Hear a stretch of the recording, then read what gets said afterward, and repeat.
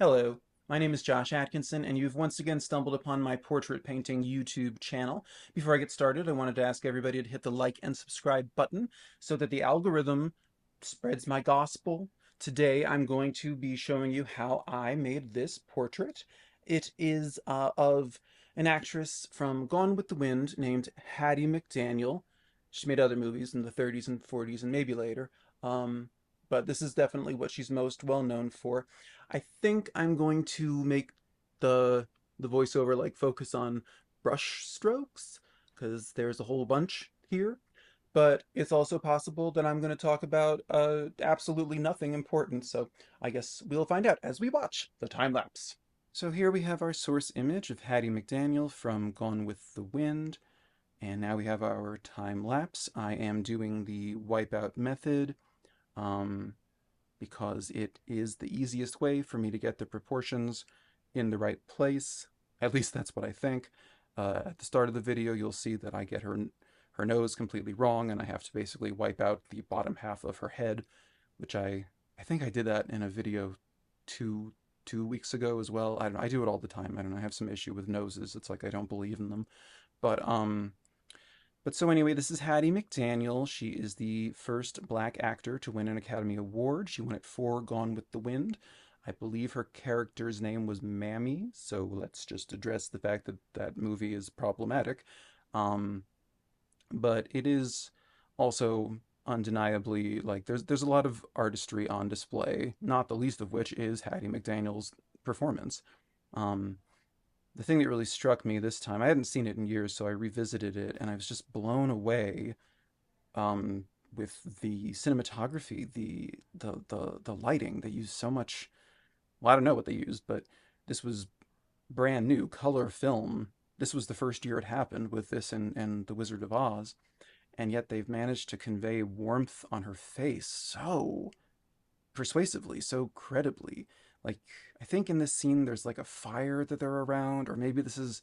I feel like the whole movie catches on fire like twice, if I remember correctly, which is a dubious proposition. But anyway, it really looks like fire, and it's just amazing to think that they could do that with such a brand new medium. They didn't know anything about color film.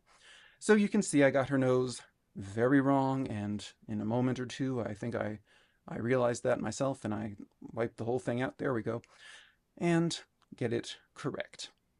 So anyway, despite the inauspicious beginning we have here, this portrait actually won first prize at first place. What do you call it? At an art show that I took it to 2 weeks ago. Not like I didn't win like the BP Portrait Award or anything, but it's like a 70-year-old art show in New England, and I won the oil painting category, and I'd be lying if I said that it wasn't like a really amazing feeling. It was so nice to win something. I don't think I've ever won anything before. Um, there wasn't a whole lot of competition, but whatever. I still won, and it would be disingenuous to pretend that like it didn't mean something to me because it did.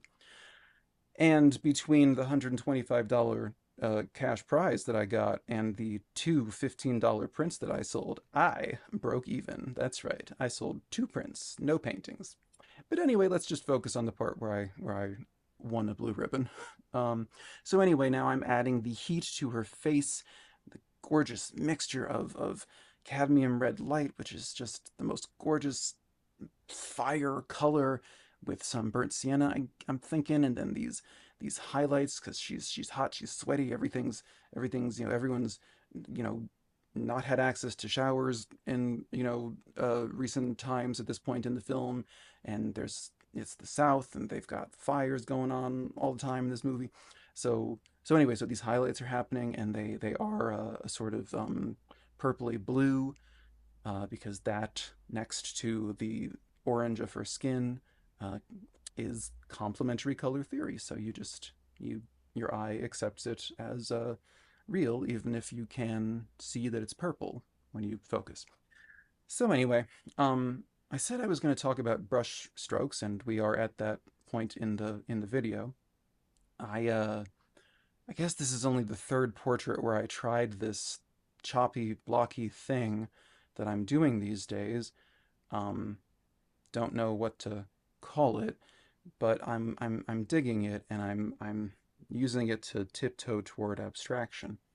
But anyway, yeah, it's the same sort of colors. It's still exploiting all of the creative color choices I've been making this over 2024. Um, but I don't know. It makes it more interesting. Yeah, I love the way that the her headscarf turned out. Um, Again, yellow not cadmium. What is it called? Yellow ochre mixed into titanium white with dioxazine purple mixed into the black I made out of ultramarine blue and burnt umber for the shadow. Anyway, complementary colors. So I guess I didn't like that background, and so now I'm refining stuff, but I'm still trying to keep the brush strokes either horizontal or vertical and very short and choppy. The goal with this style, it originated with me trying to become like more intentional with my brush strokes, with the placement of my brush strokes. Like I want to just lay down the paint and not keep fiddling with it. I want to just lay it down, step away, and then lay down what needs to be laid down next to it or on top of it or whatever. So that's kind of why I'm utilizing this approach.